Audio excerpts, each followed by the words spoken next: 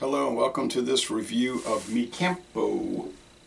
Mi Campo Spicy Jalapeño Margarita made with Blanco tequila and orange liqueur. Okay, so Mi Campo, they're under control of Constellation Brands in New York City. It says imported by Campo Spirits, but it's Constellation Brands, Canandaigua, New York. Produced by Cofradia. So I guess that's the company that started Mi Campo, Cofradia, and now they're owned by Constellation Brands, or at least they control the importation. Now, if I can find out when they introduced Mi Campo, I'll let you know. But I don't know when they introduced the spicy jalapeno margarita. They're showing a heart, a weird skull, some limes, some woman's face, agave. It's made with Blanco tequila and orange liqueur. They said 100% agave tequila, which is rested in Napa Valley Chardonnay barrels. All right.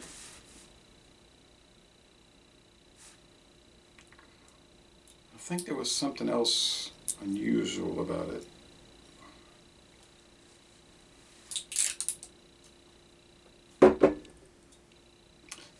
It doesn't get a good score on I didn't see it on any other website except for Total Wine & More. It gets a bad score,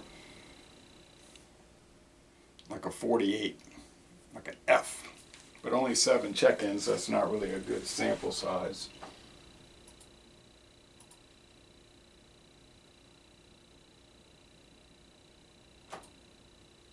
Let's see.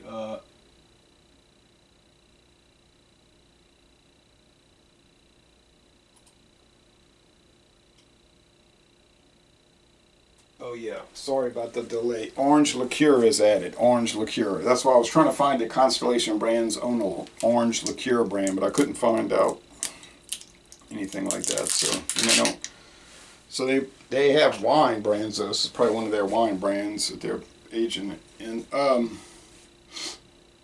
So a tequila, 100% agave tequila rested in Napa Valley Chardonnay wine barrels. Okay, interesting. Well, the reason I have this, Matherns had a super sale on these things. $3.99 for the bottle. $3.99. I was checking the prices. The normal price is over $12 to $15. 12 on the low end, 15. Walmart's trying to close it out for like $10.50 right now. So it went from $12.99 to $10.50. Matherns had these for $3.99. So maybe the sales were poor on these and now they're trying to unload them, but they're still showing on the website, so it's not discontinued. Maybe not, maybe next month. Okay, it's got the neoprene stopper, a wooden cap, but a neoprene, that's that synthetic rubber stopper that you see in a lot of liquors. I've never had Mi Campo tequila, the clear or the gold, but I know it's common around here. It's 100% agave. This 375 milliliter bottle for $3.99. What a deal, huh? 22.8% alcohol. So let's check it out. I haven't seen any video reviews for it, and I looked for them. So this is the first, apparently the first video review for this product in the world. And I did not read any of the written reviews. I just saw that it was a 48, which is dreadful. Okay. The appearance is kind of murky, greenish yellow, gray, which is not unusual for a tequila pre-mixed or even bar made, I guess, but tavern produced. It's very spicy in the nose, so I like the jalapeno spice. Some of these things that I get, they'll say spicy, and I taste it, I'm like, where's the picante? Where's the spice? It's not there. So off the bat, that's a good sign. And it does smell limey. Taste time, cheers.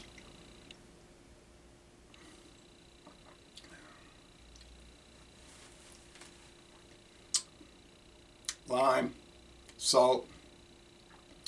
Yeah, I guess a tequila underbody, but the tequila flavor is not really prominent. A lot of these cocktails, the liquor flavor is not prominent. It's just all the flavorings. Jalapeno is strong here.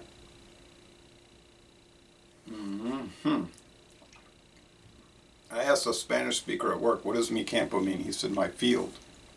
It means my field.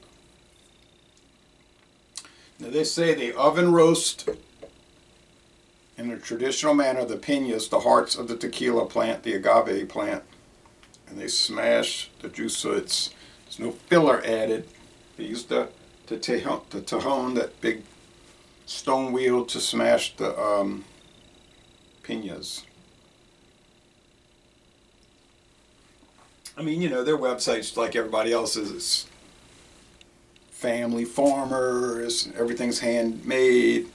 It's all traditional. But I mean, I'm not saying that's not true. They might all be true, but just if you look at all these different tequila company websites, they're kind of similar. Body's kind of heavy on it. It might be what's turning people off. I had it in the freezer for about 20 minutes. It was in the fridge for days. Got to have it cold. It's got that spice. It's got the spice. It's funny because I read about Chardonnay and it's coming through. There is like a Chardonnay flavor, which might be another turnoff for people. Since it's a little unusual, you don't think of that mixed with tequila. The idea that it could get a 48 is bizarre to me, but like I said, only 7 check-ins and there's no video reviews. So it could have been some production problems. I don't know. It could have been distribution issues. Maybe they got in a conflict. Maybe Constellation Brands, who was supposed to handle this for me, Campo, got in a conflict with somebody. I don't know. But it's strange that everybody's having deep discounts on this product all at once. So I'm thinking, like, me, Campo's been around. You know what I mean? I've been seeing that for years with their unique bottle design label. And then I just saw these, and I'm thinking something must have happened. There was some kind of conflict, so they decided to just dump it. Hey, but that's fine with me because I paid $3.99, and I don't ever have to really even look around for these kind of deals because they just keep popping up. You know, so why would I ever pay full price when every week I'm seeing something in Louisiana for $3.99, $4.99, $2.99, you know, it's 70% off. But the idea that it could get a 48 is bizarre. It's different. I don't think it's a traditional margarita as you would think it should be, but everything doesn't have to taste the same. There, you know, there's this mindset in the liquor world, beer world, wine world, everything has to taste like everything else. And if it doesn't, if it's a little different, it's trash, it's garbage. I hate it. But it's definitely not trash, it's not garbage, and I certainly don't hate it. Now, Cayman Jack does the, well, American Vintage Beverage Company, but they do the beer-based margarita products, which are extremely popular. This is not that different from the Cayman Jack, telling you the truth, except it's got more heat, for sure. Whereas the Cayman Jack, remember, beer-based, not really, not tequila-based, but they add agave nectar to give it a, agave juice, you know, to give it a tequila-like flavor. It's beer-based, pale malt, pale barley. But the Cayman Jack, which I got in the fridge, the lime-based one, it's got the sweet, but it doesn't have the heat. It's got the sweet, but it doesn't have the heat. So I had to give it a downgrade. This has the sweet, certainly. I'm sure they're adding a lot of cane sugar, but it's got the heat. Not extraordinarily hot. I would still call it a mild heat, but at least I can detect it. So, is it worth the regular price, the $12.50 to $15.50? You know, $12.50 to $15. Let's see. And it looks like they're only selling it in these 375s. That's a common size for all these premix, and everybody's got the premix. Sazerac rolled out a whole line of premix under the Hublin brand. Or I guess they got a hold of Hublin, the old liquor company, been out of business for a long time. I'm waiting for those to drop. You know what I mean? They're $8.99 now. I'm waiting for $3.99. But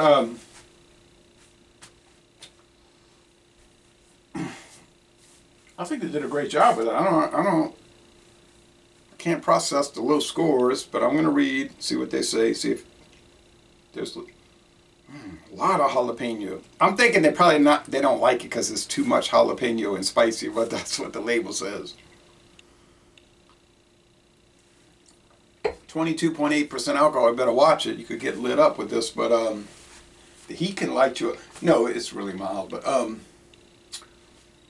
I think it's wonderful, and I would buy the Mi Campo, you know, the clear, the gold, other variants. I would buy them, but I'm too backlogged on tequila right now. I can't buy any tequila for a few years. Check back with me in 2034, because it's bad right now with all what I have. To process through that is just,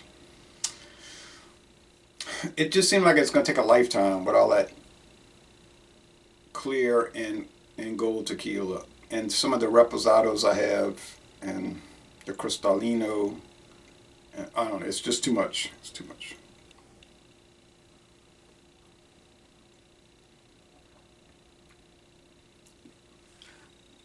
I'm gonna say it's a 93 A. It's getting into the A range, most excellent. Like I said, don't understand the complaint. Do I look to drink cocktails? No, I don't. Do I ever actually drink cocktails besides video reviews and things like this? No, I don't. I'm just telling you the truth. I don't do it. You say, what if you go out to a bar? Which is rare. But if I go out to a bar, which I do sometimes, I usually drink something like Miller High Life on draft. I mean, I'm just telling you the truth. I mean, like Uncle Matthew's bar over there in Harahan, they would have a Miller High Life on draft for $1.50. Miller High Life on draft, $1.50, 20-ounce glass. Glasses, I mean, you can't beat that. I'm not going to pay $9 for a cocktail, which I don't even want. You know, really, I don't want it when I can get, which I do want, beer. So, yeah, I mean, you know, I just don't do it. I went to Yale College Inn in New Orleans one time, and people would always say old-fashioned, old-fashioned. My grandfather, we go out to eat at the seafood restaurant, he would order an old-fashioned. My mother would order an old-fashioned. Were they using Blanton's in it? Now, this was years ago. Were they using Sazerac Superior Old Pale Rye? No, they were probably using like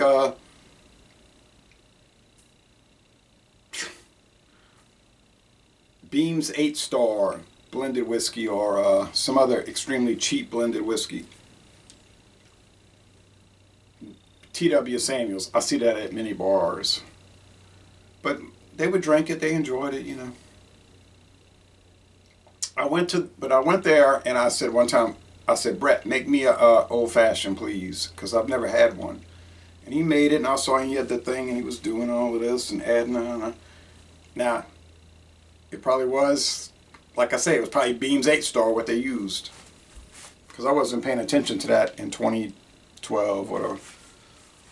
But it was very good, I have to admit. But it's still not something I would be reaching for, just telling you the truth. But for this, a premix, and these are all the rage these days, and there's so much heavy competition that you're going to see discounted, and you're going to see some products that don't, for whatever reason, catch on and get dumped. And I understand that, but yeah, this is really good. So Mi Campo, I would highly recommend trying this, and if this is any indication, their tequila is probably fabulous. All 100% tequila, no mixed toe, no filler.